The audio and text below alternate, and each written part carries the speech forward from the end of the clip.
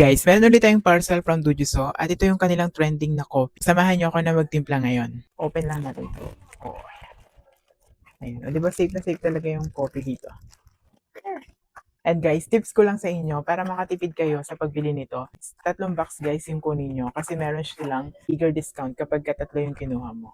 Okay, so tara magtimpla tayo nito dito sa aking coffee mug. Yeah. Isang box pala nito is meron lang silang 10 stick na ganito. Ayan. So, isang stick nito ng Dujuso Coffee is enough na dito sa ating tumbler.